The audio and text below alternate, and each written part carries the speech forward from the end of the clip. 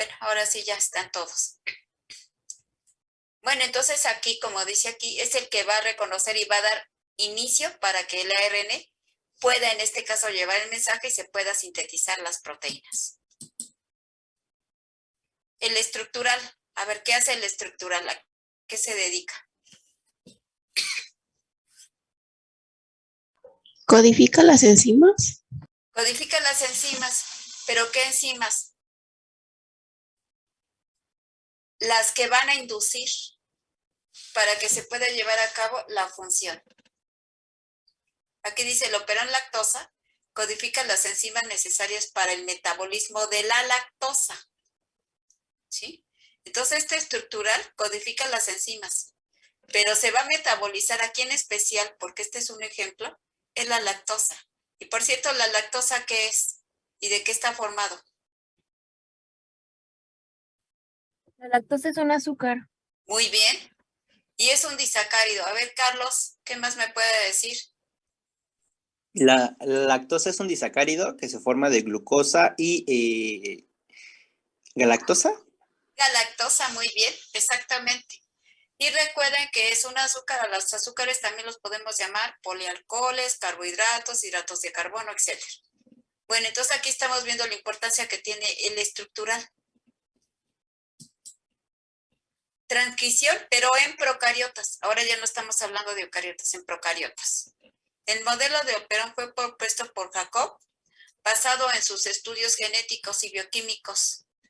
Y básicamente se basó en las mutaciones que presenta esta bacteria que se llama Escherichia coli, que requieren lactosa.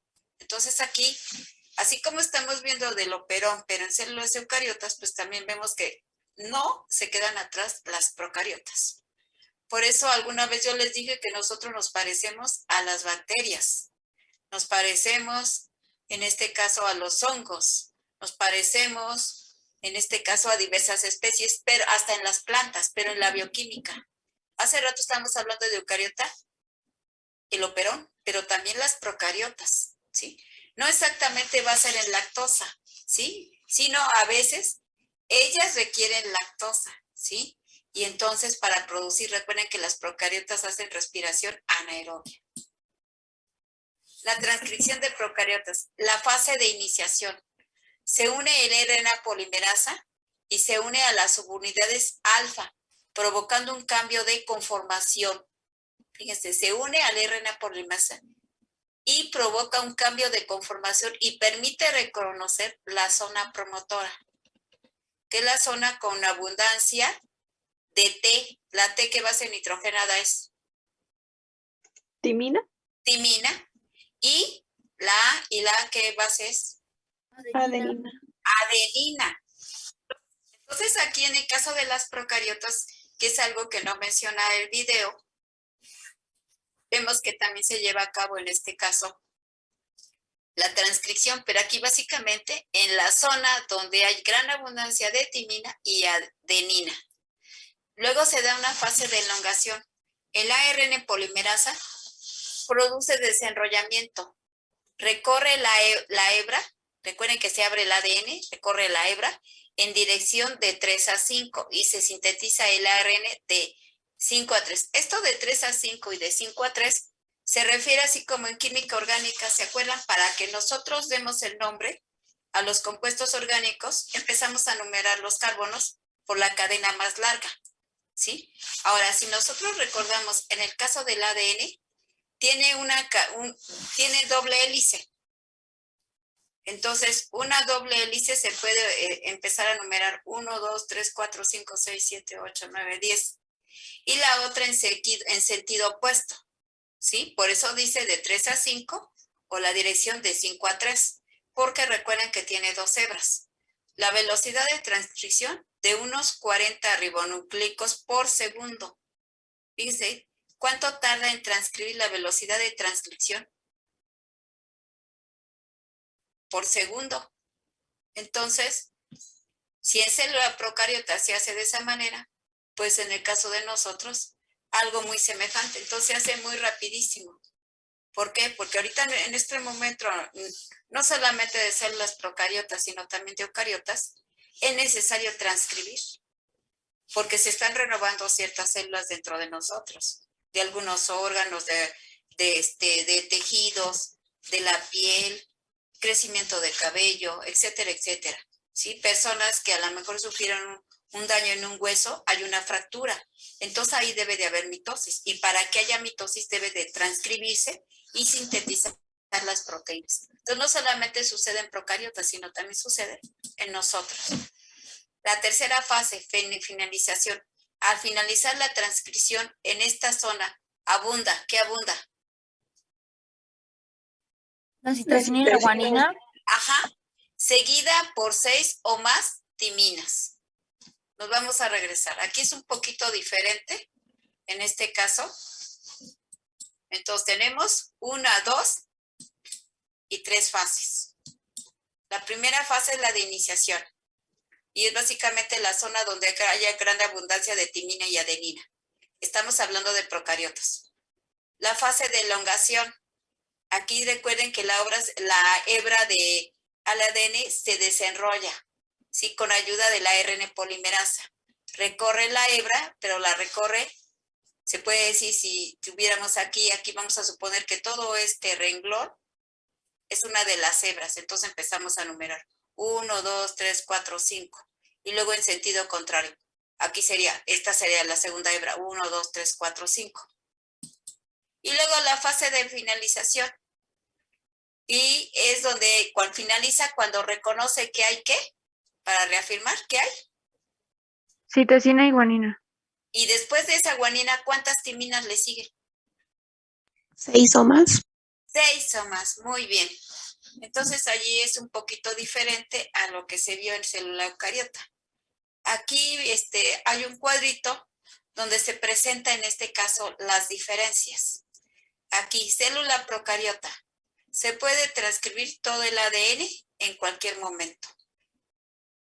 Luego se transcribe la mayor parte del ADN. El ARNT de transferencia es funcional. Los ARN mensajeros se empiezan a traducir según van siendo sintetizados. Interviene un solo tipo de ARN polimerasa. Estamos hablando de procariota. Pero las fases de procariota son básicamente 3. Fase de iniciación, de elongación y la finalización. Célula eucariota. Solo se transcribe el ADN que constituye la eurocromatina. Y la eurocromatina, recuerden que está laxa, que se puede transcribir, porque cuando está en heterocromatina no. ¿Sí? Y en cambio aquí en cualquier momento, porque solamente tiene en este caso un solo cromosoma la procariota, ¿sí? Un solo ADN. Solo se transcribe 35% del ADN genómico. Y aquí dice que se transcribe la mayor parte. El ARN de transferencia sufre en el núcleo el proceso de maduración o procesamiento de post-transcripcional. ¿Esto a qué se refiere? A ver, transcripción ya sabemos a qué se refiere. Va a sacar la información para sintetizar las proteínas. Pero si le agregamos el post, etimológicamente, ¿qué significa? Después. Exactamente, muy bien. Se transcribe, dice el ARN de transferencias sufre en el núcleo el proceso de maduración o procesamiento de post-transcripcional. Es decir, primero tenemos el ARN mensajero que obtiene la información del ADN para sintetizar proteínas. Este va a salir para llegar donde está dentro de los ribosomas el ARNT de transferencia.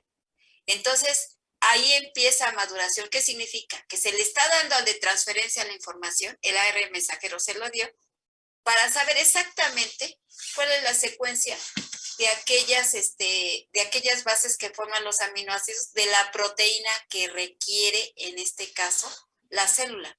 Recuerden que nuestras células, a pesar de que utilizan las mismas bases nitrogenadas, las células del tejido conectivo, del tejido muscular, del tejido nervioso, etcétera, etcétera, utilizan las mismas bases nitrogenadas. Pero el acomodo de esas bases va a ser diferente en cada uno de los tejidos. Y por lo tanto, los aminoácidos que requiere el acomodo de estos para formar las proteínas son diferentes. Entonces, maduración es cuando se le da la información, después que ya sale el AR mensajero, sale del ADN, se va a los ribosomas, le da la información A de transferencia y empieza a madurar porque ya se está dando la información de cómo es, qué va primero, ¿sí? Qué tipo de bases van primero, qué tipos de aminoácidos para fabricar las proteínas que corresponden, por ejemplo, al tejido epidérmico, que son totalmente diferentes al tejido conectivo. Bueno, luego los ARN mensajeros deben ser transportados al citoplasma para participar en la traducción. Intervienen 3 tipos de ARN polimerasa diferentes, el 1, 2 y 3, que sintetizan los diferentes tipos de ARN. Recuerden que los 3 tipos de ARN son necesarios para poder sintetizar. En cambio, aquí no es necesario en la procariota que haya diferentes tipos de ARN. Bueno, vamos a terminar con eucariota y luego nos regresamos aquí. En los eucariotas apenas sufren modificaciones. Procariotas. En los procariotas, el de transferencia y ribosomal se sintetizan como transcritos primarios, más complejos. Aquí todo es más sencillo en la procariota comparada con la eucariota. También si cuelen hasta los procesos de respiración anaerobia, pues se quedan en fermentación y aquí pues hay una serie de reacciones hasta llegar al ciclo cítrico. Las enzimas que actúan en estos procesos son ribonucleasas. ¿Sí? En este caso, por la terminación, indica que son enzimas, que son de 2 tipos, endonucleasas y exonucleasas.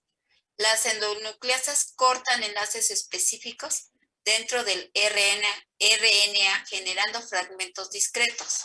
Endo es dentro. Exonucleasas eliminan residuos 1 a 1 desde un extremo de la molécula en forma aleatoria que actúan liberando nucleótidos. B. Procesivas que una vez unidas al ARN sustrato empiezan a eliminar los nucleótidos 1 a 1. A ver, a lo mejor aquí no se entendió absolutamente nada. ¿O alguien entendió algo? No, lo que sí entendieron es que endo es adentro. Y estamos hablando de quiénes, de las enzimas, pero de las enzimas ribonucleasas. Es decir, las que se producen o están dentro de los ribosomas. Entonces, hay 2 tipos de enzimas dentro de los ribosomas. Las endo dentro de, que cortan enlaces específicos dentro del RNA generando fragmentos discretos. ¿Eso qué quiere decir? Cuando se están formando las proteínas dentro de los ribosomas, pues no se va a seguir hasta N veces.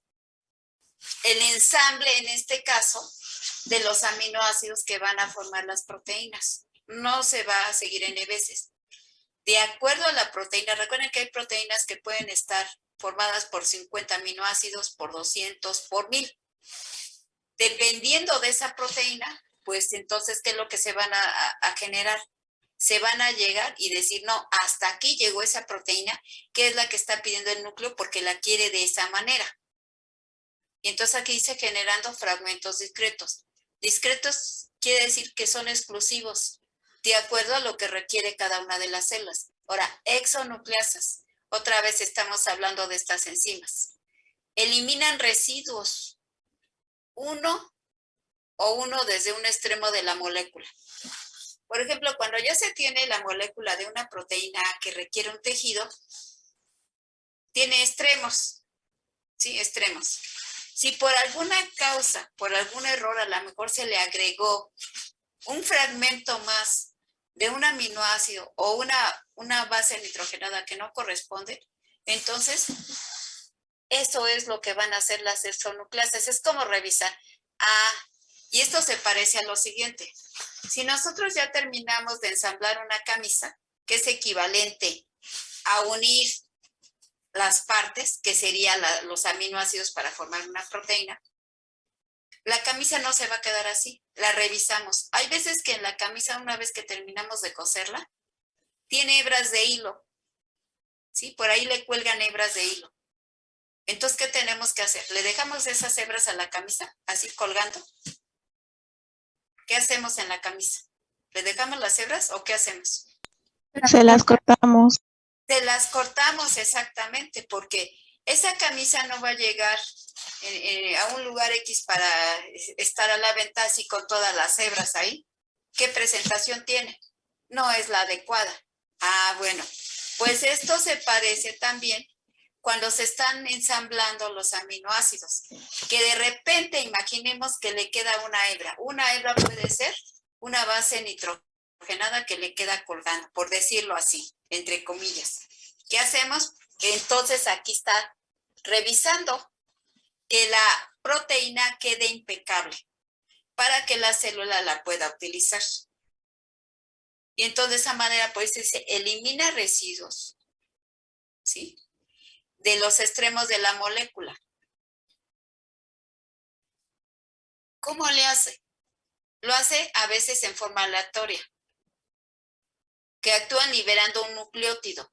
Un nucleótido está formado precisamente de proteínas, y esas proteínas de bases nitrogenadas. La otra forma, procesivas, que una vez unidas al ARN sustrato, empiezan a eliminar los nucleótidos uno a uno, aquellos que a lo mejor están unidos y que fueron varios, entonces hay que eliminarlos. Por eso yo les hice la analogía de la camisa que tiene hebras. Entonces, una camisa que tiene hebras no está impecable. Tenemos que cortarle todos los hilos que están por ahí, revisarla perfectamente. Ah, bueno, pues precisamente esas enzimas que se llaman ribonucleasas es lo que van a hacer. Y de esa manera la proteína sale impecable y el núcleo pues la va a recibir muy bien y la va a utilizar en el momento que la requiera. Este precisamente es el Operon Lac, el ejemplo que nos da allí el video. Lactosa es un alimento para la bacteria Escherichia coli, es el azúcar. Solo comerán la lactosa. Cuando otros azúcares mejores, como la glucosa, no están disponibles. Entonces, cuando no están disponibles, a la Escherichia coli, que es una bacteria, le gusta el azúcar, ¿sí? Pero si la glucosa no está disponible, pues entonces ella, ¿qué es lo que va a hacer? Va a tomar la lactosa. Recordando lo que hace rato sus compañeros mencionaron, o su compañero mencionó que la lactosa está formada por dos monosacáridos, que son la galactosa y la glucosa. Entonces, pues, ¿qué es lo que hace? Pues ni modo, la bacteria dice la lactosa. Y una vez que la empieza a metabolizar, pues se va a encontrar con la glucosa, que es la forma que sí le gusta. Pero pues si está disponible en forma de glucosa, pues va a estar muy feliz la Escherichia coli. El Operon Lac es un operón o grupo de genes con un solo promotor, transcrito como un solo ARN mensajero, ese es el promotor. Los genes en el operón codifican las proteínas que permiten que las bacterias utilicen lactosa como fuente de energía. Aquí Escherichia coli está utilizando la lactosa como fuente de energía porque pues no tiene la glucosa y pues la lactosa le va a servir. La glucosa requiere menos energía para descomponerse que la lactosa. Por eso es que a Escherichia coli le gusta más la glucosa, porque gasta menos energía, ahorra energía. Pero si no puede, pues lo que tenga a la mano. Entonces tiene lactosa. Si la lactosa es el único azúcar disponible, Escherichia coli utilizará como fuente de energía. Para utilizar la lactosa, las bacterias deben de expresar los genes del Operon Lac, que codifica enzimas claves para el consumo y el metabolismo de la lactosa, para ser eficientes como sea posible. Escherichia coli debe expresar el Operon Lac solamente cuando se cumplan dos condiciones. La lactosa está disponible, la glucosa no está disponible. Entonces, es cuando entonces se va a utilizar el Operon Lac. ¿Hasta ahí vamos bien? ¿Preguntas? ¿Sí? Sí, maestra.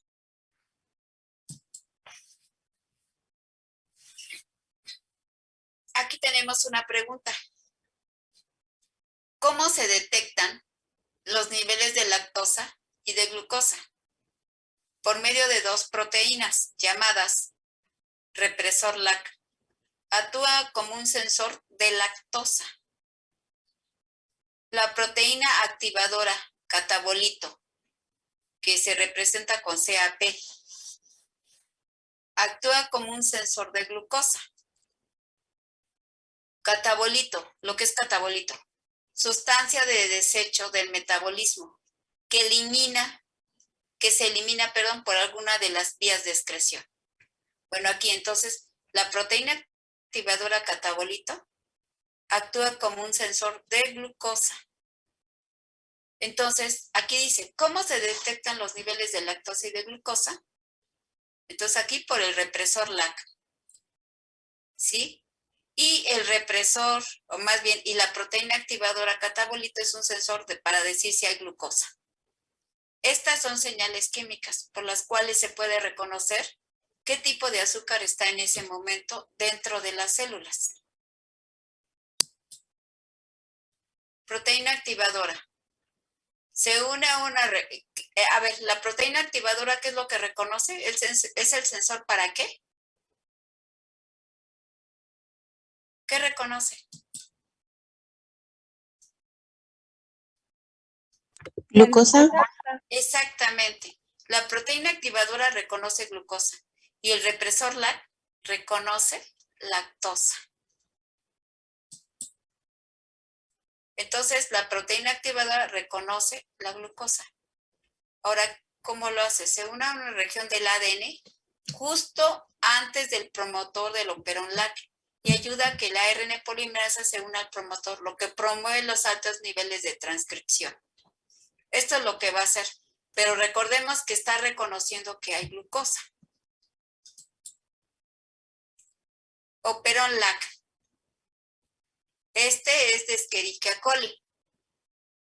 Tiene los genes involucrados en el metabolismo de la lactosa. Se expresa solamente cuando la lactosa está presente y la glucosa está ausente. Ahí es cuando se va a expresar el operón LAC. Reguladores. Encienden y apagan el operón en respuesta a los niveles de lactosa y glucosa. El represor LAC y la proteína activadora, que ya mencionamos que el represor LAC reconoce la lactosa y la proteína activadora reconoce a la glucosa. Entonces aquí los reguladores son dos, ¿sí? Que son, en este caso, el que reconoce a la lactosa y el que reconoce a la glucosa. Represor LAC interviene como un sensor de la lactosa. Normalmente bloquea la transcripción del operón, pero deja de actuar como represor cuando la lactosa está presente. El represor LAC detecta la lactosa indirectamente a través de un isómero que se llama alolactosa. Proteína activadora. Funciona como un sensor de glucosa. Activa la transcripción del operón, pero solamente cuando los niveles de glucosa son bajos. Detecta la glucosa indirectamente a través de la molécula de señal de hambre, AMP. AMP. ¿Esto no les recuerda esto de AMP? ¿Algo? A ver, López, Carlos. ¿Es el adenosín monofosfato? Muy bien. ¿Y por qué? A ver, usted mismo, Carlos, a ver si, yo creo que sí. A ver, ¿por qué dice señal de hambre? ¡Ay! ¿Señal de hambre? Ajá. A ver, es para todos, pero en especial para Carlos. Ayuda a Dios. A ver, ¿ya desayunó usted? Así con sinceridad, ¿lo hizo o no lo hizo? Ay, ahorita todavía no, profesora. Bueno, ¿y por ahí no le está dando la señal de que ya es hora de desayunar? Seguramente sí. ¿Sí? Entonces, sí. Bueno, ahorita lo vamos a complementar. A ver, Ortiz Aguilar, Victoria. No es cuando hay una falta de glucosa, pues el organismo, bueno, en este caso sería los catabolitos, me parece, van a enviar señales como que nosotros interpretaríamos como de hambre para que vaya y busque la glucosa que le va a dar energía. Exactamente, muy bien. Aquí varios de ustedes están con AMP. Carlos es uno de ellos porque ya nos confirmó que no ha desayunado. Entonces, precisamente, entonces aquí, ¿qué dice? La proteína activadora, ¿qué reconoce? La presencia de glucosa. Como no hay glucosa, como glucosa, no hay la glucosa necesaria, entonces la señal de hambre. Y la señal de hambre nos indica que estamos bajos en energía, que estamos en AMP en lugar de estar como ATP. Entonces, cuando nosotros sentimos hambre, eso es lo que nos está diciendo. Entonces aquí, pero aquí la proteína activadora pues no está reconociendo en las células de Carlos y de otros de ustedes que no han desayunado la señal de hambre. Y la señal de hambre dice, me falta energía. Entonces, por lo tanto, tienes que comer. Y cuando nosotros comemos, de una o de otra manera, podemos en este caso aportar azúcar. ¿Sí? Ya sea como almidones. A lo mejor no me comí una rebanada de pastel, ni tampoco me comí una concha, pero a lo mejor me comí una tortilla. Entonces ahí estoy aportando almidones y los almidones son glucosas y por lo tanto esa señal de hambre, una vez que se tomen alimentos, pues va a pasar, en lugar de estar AMP, va a estar como ATP. Muy bien. Entonces aquí si no reconoce, pues entonces da la señal de hambre. Y entonces aquí está el AMP. Igual, cuando ya son 3, 4 de la tarde y no hemos comido, estamos como AMP. La proteína activadora no ha reconocido glucosas. Por lo tanto, ¿qué significa? Que te falta azúcares y da la señal, por eso dice señal de hambre.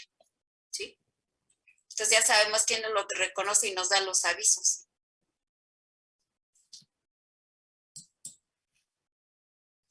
Bueno, este es otro perón, pero ese lo vamos a dejar para después. Nos quedamos en la 18. ¿Sí? Entonces vamos a ver ahora lo de el video.